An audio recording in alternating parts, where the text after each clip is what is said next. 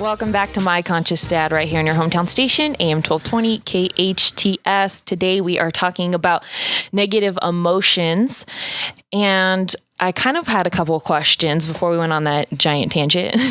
One of the things I really want to get into detail is what these negative emotions are specifically. Like I had said earlier, I have emotions that I think are negative or that I think are positive and helpful that other people would say are negative, like being sad or being lonely, all those kinds of emotions that I think are part of the natural process and I like to feel just to get rid of them and wash it all away. I think there's a distinction between those emotions and the real negative emotion. So if you can go into detail and explain what those are. I looked up, just did a quick search on what negative emotions were and pulled out a couple of descriptions that I like. One of them is that negative emotions can be described as any feeling which causes you to be miserable or sad. Now, I really love the word miserable because any negative emotion to me is something that causes you to be miserable. These emotions can make you dislike yourself and or others and can take away your confidence. I like to say take away your power. It's like you give up your power when you're swimming around in these negative emotions. But emotions can be also in the right context, these feelings can be completely natural. And I want to talk a little bit about your feelings, whether negative or positive, being natural. So I wrote down the question, why are they natural? And the answer that I came up with is that because our feelings is a natural process. It's without having negative emotions, you wouldn't know what positive emotions feel like. It's kind of like the yin and the yang. If, one thing can't exist with the other, you wouldn't know what hot feels like until you experience what cold feels like. You don't know what a love feels like until you've experienced what hate feels like. So in this world, we have to have the experience of whatever it is that we enjoy. We have to have the experience of its opposite so we can realize how much we really appreciate the things that we do like. So negative emotions are really here as options for us to experience, to teach us to really appreciate all the great emotions that we really enjoy. At a certain point, when you really understand that, you start to see even the negative experiences as blessings.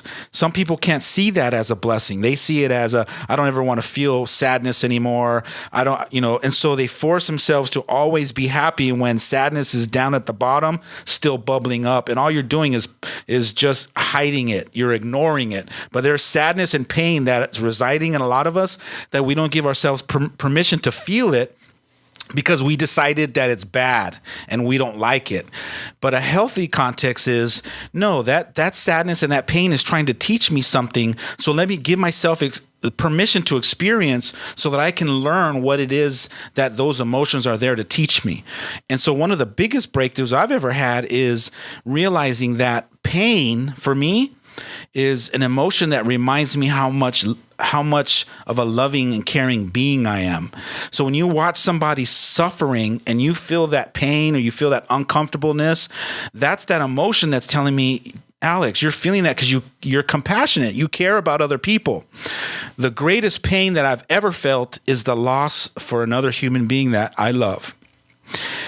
And they say that love equals pain, pain equals love. And you don't know how to experience a deep, profound experience of love that you have for somebody until they're gone. And if you've ever lost someone in your life that you love more than anything in the world, it's a deep pain that you don't realize that at that moment, is this pain that I have? Or is this the love for that person that I'm going to miss? That's why when they say love equals pain, you're not sure which is which. Love can be pain and pain can be love. They can be interchangeable. And so why would I want to not feel pain? Because pain reminds me that pain is because I miss that person, because I love them so deeply.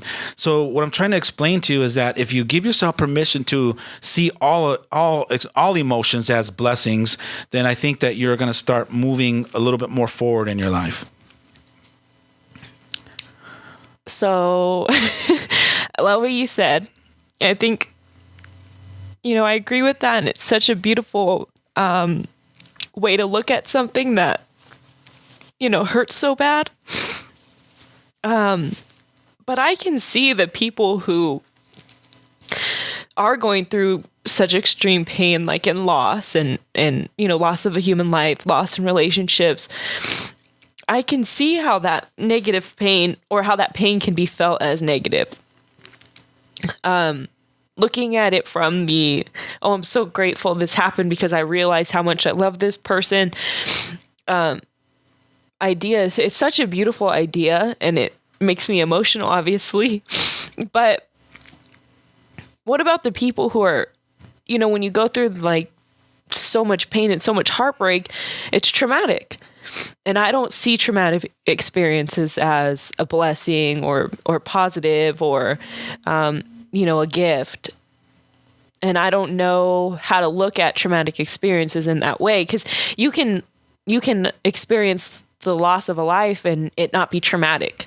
And sometimes it is. So for the traumatic experiences, what does that look like? I think the awareness first starts off with you training yourself first to not see it as a negative experience. But what if somebody taught you to start off in baby steps, and I learned how to see those experiences as neutral? What if I just started off with seeing all those experiences I thought were bad or negative as neutral? Let me stand on neutral for a little while. And maybe, just maybe, standing on neutral for a long period of time, I just might see that I actually have a choice to choose to see it any other way than negative or bad. And so I think that neutral is a good starting point for us, for me, to continue to practice. And I do this a lot in my life when things that show up in my life that I don't like, or that they're not, in that moment, they don't seem beneficial. So I have to catch myself and go, Alex, stay neutral. And so then I get to practice being neutral for a little while longer. And what happens for me a lot of times is I stay neutral for an hour, 2 hours, 5 hours, 24 hours. And from that standing on neutral, I'm able to all of a sudden go, oh my God, now I can see that this is actually an opportunity now for me. But I can't see it as an opportunity if all I'm doing is unconsciously looking at it and deciding every single time that this is bad, wrong, and it shouldn't be here. As long as I'm in resistance, I can't see any other possibility other than the one way that I keep seeing it over and over again, which is not wanting it. This isn't good for me. Why is this happening? And oh my God, woe is me. And living as the victim and seeing it like that. So the first step is practice every day, all day long, being more neutral about your feelings and your emotions. See if you can hang in there long enough to give yourself a possibility to see it some other way, other than the way that you've always seen it on automatic pilot. Well, there's times, I know for me, that even months later, years later, I look back on that event and I think I can't think of a single reason why that was good, or why that was helpful. Even though I'm off of it, I'm not hurt by it anymore. When I think back on it, I'm not emotional anymore, but I still cannot see the silver lining in it. Yeah. And, your context might need to continue to grow. You're a 21-year-old, young, powerful lady. And, kudos to you for all the growth that you continue to have and challenge yourself. But you still have a whole lifetime of conscious living and evolving to higher levels of consciousness. And when you get there, I'm excited for every journey and every turn that you get to, because there's a whole bag of goodies that's waiting for you around the corner to have, which are called breakthroughs. And, you'll get there. You just, as a millennial, you got to be patient and do the work, and you'll get to that place. And as, in talking about it and me painting pictures for you, or sharing how, my journey and what I've struggled through and how I see it is part of the process too. It's, can I learn? Can somebody teach me? Am I willing to practice it? And as long as you're operating from that place, you'll get to that place that I know at some point you're going to be able to be okay with all moments, all feelings, everything that happens in your life. You're able to see them as blessings, to where you're at peace with everything. And you can, your perspective shifts so profoundly that everything that you used to see negative, you can now see as a positive, or at least be neutral about it. Again, neutral is a great place to practice from. Well, that's what I was going to say. I guess my question really was, is it okay to look back on an event be off of it, be completely off of it, and still not see anything good come out of it. Absolutely. Or a gift. Yeah, it's part of your journey. You can't beat yourself up because someone else sees it in a way that you want to see it like that, and you don't. Don't start going, oh my God, I want to be there, and how come I can't be there? Then you're going to psychoanalyze everything. Just take what that person is sharing with you as a possibility and go, I never thought about it like that, or I want to see it like that. A lot of times I tell my clients, when we sit down and we have a session, I'm going to open up possibilities for you to see it in a different way. And you might not see it like that yet. But what I need from you is to be open-minded. And even if we leave the meeting or the session and you still don't have that breakthrough, keep trying to figure out how to see it the way that I see it, or keep trying to see it the way that I opened up that possibility for you. Keep that's part of this conscious journey, is how do I see all events, all moments, all possibilities, so that I'm not limited to just seeing it one or two ways or one or four ways, but I want to see it 8 ways, 12 ways, 20 ways. If you can shift your paradigm so that you can see every scenario multiple ways, is that power? Yeah. Why is it powerful to be able to see every scenario 10 more ways than the average person? Because you have control over your perspective, and you have control over.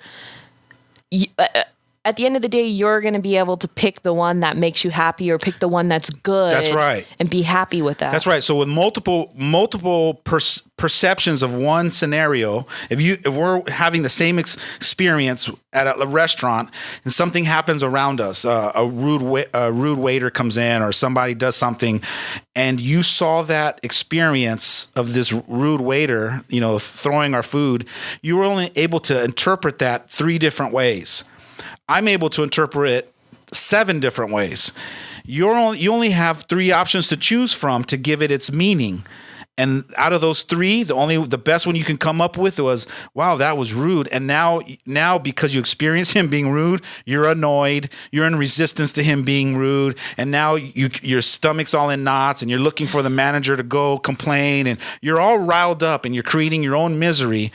But I was able to see it 8 different ways, and I was like, I'm fine. I'm eating my lunch, and you're like, you're not mad? And I'm like, no, what would I be mad for? And you're like, that rude waiter, he keeps, and so because I can see multiple ways, I can make a different choice. And then with a different choice, I can have a different result or a different outcome. You can't. You're limited because your perspective is so limited. You can't see anything else other than those 2 or 3 ways that you see your life, or the way that you see the world unfolding. Yeah, even as we were talking about those choosing which perspective you want to see from, it's kind of like I always tell myself, when I'm trying to be neutral, when I'm consciously trying to be neutral, I always tell myself, okay, out of all the ways that you could see this scenario, why would you pick the one that makes you sad? Why would you pick the one that makes you miserable? Oh, I love this one. This is a good one. Keep going. So it's kind of like, of all the things that I could do, why am I going to pick the bad one when I could pick the good one? When I could have, my pick of anything. I could do whatever I want. Yeah. I could see how I want it. And I could choose to see it that way. And then I always tell myself, why would I pick the one that's going to make me depressed or upset or miserable? So here's the answer to that. If I have options to choose to see it however I want, why aren't I choosing the more empowering way to interpret it? Why do I keep picking the disempowering one that keeps giving me that negative emotions and that ucky feeling? This is the answer. The reason why you keep picking the negative one is because the negative one, you're getting a payoff from that choice. You're getting a goodie from it. You're getting something back from choosing the negative one. Some people don't even know what a payoff is, so I'm going to explain what payoffs are. A payoff is something that you get back from making that lower choice. So here we're going to go over some payoffs. Payoff number 1 is victimization. You get to be a victim because you chose the negative perspective. You get to blame somebody. Look what you did to me. I can't believe you did this to me. You get to be the victim. That's the payoff for making the lower choice. Other than being a victim, you get to be righteous. You get to be right. So in an argument, when you keep choosing the negative experience, you're arguing to be right. Or you're going and complaining to everybody so that you can get agreement to be what? Right. To be right. Oh, I know that. I'm so sorry that happened to you. He was wrong. He never should have done that to you. So now you're going and complaining with your anger and your frustration to everybody to get your payoff, because your friends give you goodies, right? They give you the payoffs. So victimization, you get to be right. You get sympathy from other people. You get pity. You get sorrow. And more importantly, you get attention from others. You'd have to be willing to let go of all of those payoffs. And that was the biggest breakthrough for me, was when some of my mentors when I was younger, they started pointing out, do you notice right now that all your complaining and all this thing that you're doing, all the drama you're creating, is because you're trying to get a payoff? And I remember arguing with them. No, I'm not. What kind of payoff am I trying to get? And when they broke it down for me, I stood there like, And that was the moment that I was disturbed. In that moment, I got really disturbed. And I remember sitting there for like an hour, just kind of reflecting on that, going, I don't want to live my life like that, chasing payoffs, because to me at that moment, it seemed shallow. So I went on this journey to practice not utilizing those choices of being the victim or blaming others or hanging in the misery and the pain and the anger and the frustration, because I don't want to be chasing payoffs. I want to be able to learn how to move past it and start moving forward. I want to start focus on the goals that I have and the dreams and the vision that I want to live my life. And so I want to get busy being busy on the things that are important to me, not swimming around in the stuff that is just going to have me going around in a circle or a hamster in a hamster wheel. Yeah, we talk about this all the time. I'm just going to mention it because it's kind of a version of what you're saying. But we always have new viewers checking in, so it's a great that's review. why I like to mention the things that I like over and over again. When you focus, when you focus on something, you create more of it. Obviously, we know this. But I notice that when I'm focusing on something that's negative, or I'm focusing on a negative energy or a negative emotion, if I get to that point where I'm so just consumed by it that I feel it in my stomach and I feel myself all tightened up and it's in my throat, and with the example of the rude waiter, if I feel that way and I start saying, I start complaining and venting to my friends, and I'm like, oh, that waiter was so rude. And then I'm looking for other things like, oh, look at him being rude to those people. I notice that when I get like that and I see my friends going, oh yeah, that's so whatever, sometimes I will stop and I will laugh because I'm like, oh my gosh. Here I go again. I started this, and then look at you. You look just like, and I'll point it out. I have one friend who she always does that. She always either totally agrees with me or totally disagrees with me. So when she disagrees with me, I'm like, wow, this is such a gift afterwards. When she agrees with me, I'm like, okay, wow, this is such a gift because I get to laugh at her and me because I see us kind of going back and forth and feeding off of each other's energy. And it's, sometimes if it's just over a little waiter or something, it's funny, it's not a big deal. But if it's over something, if we can do it for that, we could do it for something that's a way bigger deal and could blow it up into something that it's not. Yeah, absolutely. So let's say, for example, when you're at the cafe and you're having that experience with the rude waiter, and the rude waiter comes to you and, does what rude waiters do, and you're tagged and you can only see, from three perspectives, and the best perspective is he's rude. He's not supposed to be like that. He's supposed to be in service mode. And so you're looking for the waiter, and your stomach's full of knots and you can't eat. And you look over at me and you go, how are you so calm?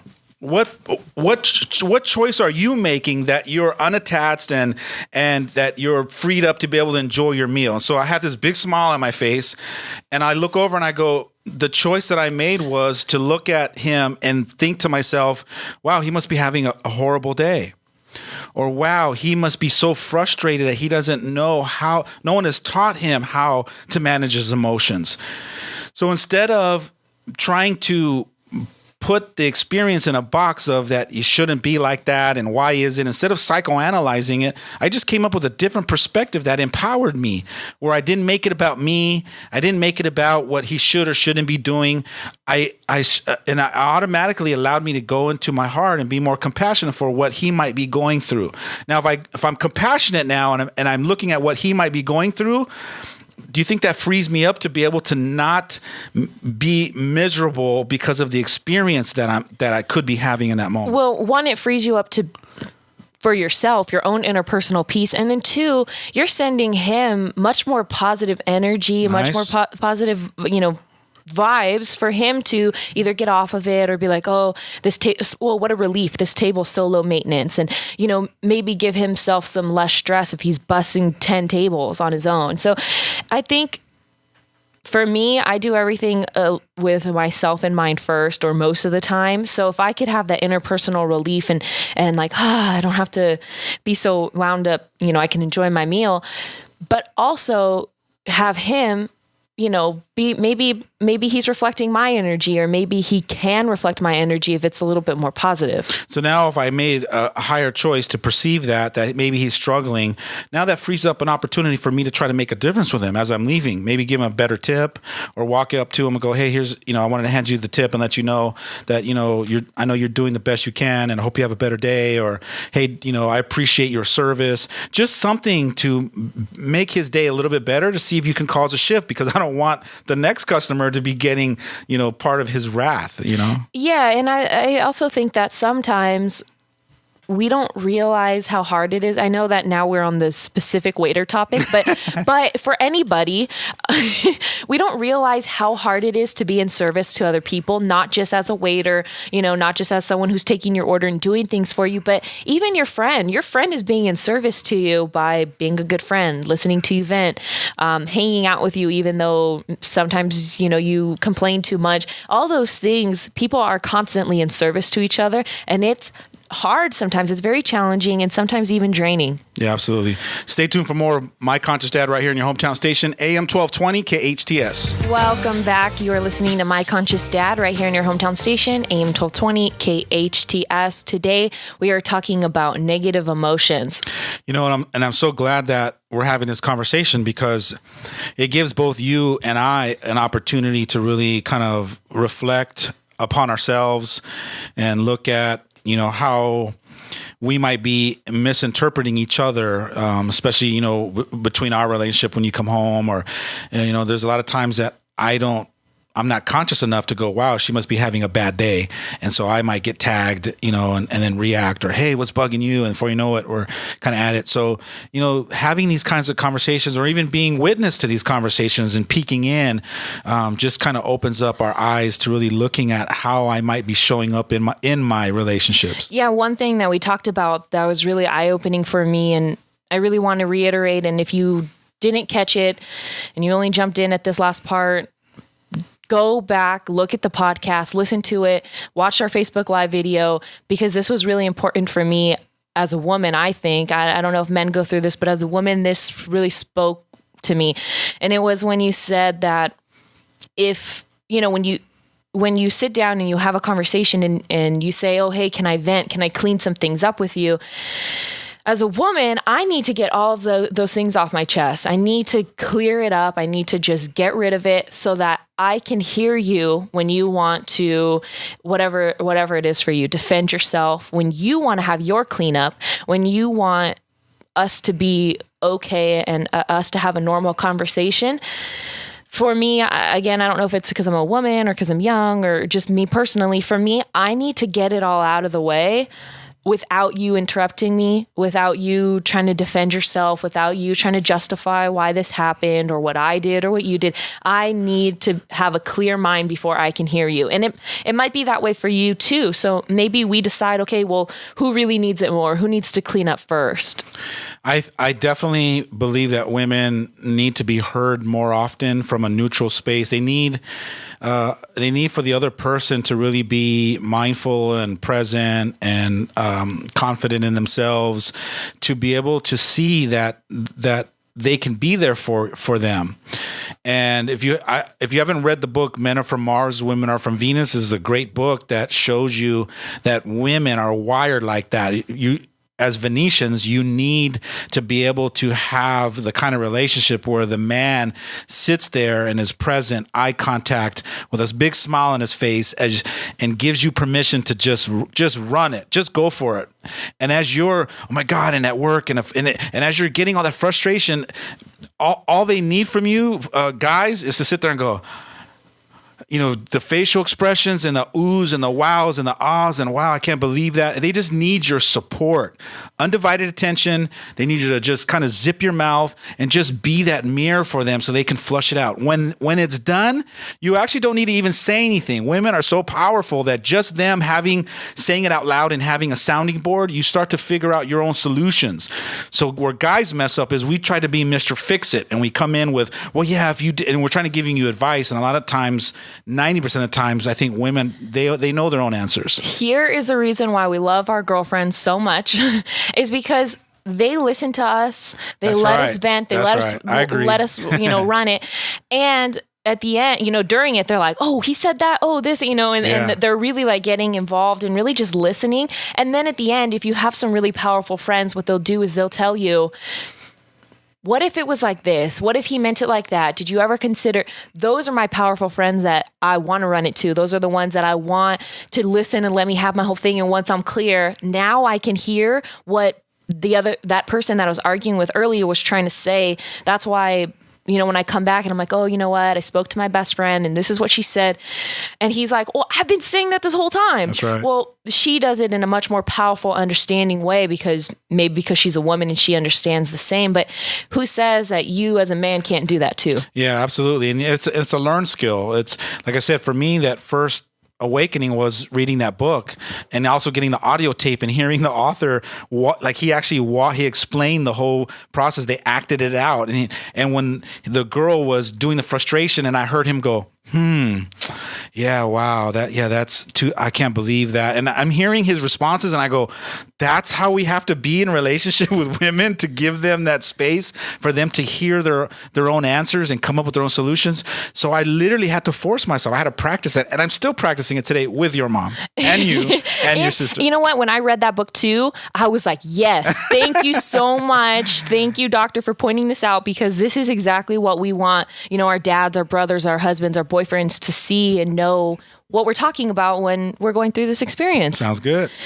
If you missed any of the show, please go back, find the podcast, find our Facebook Live. There's some really good golden nuggets in there. Thank you so much for joining us today on My Conscious Dad. We're here every Friday from 12 to 1 right here on your hometown station, AM 1220 KHTS.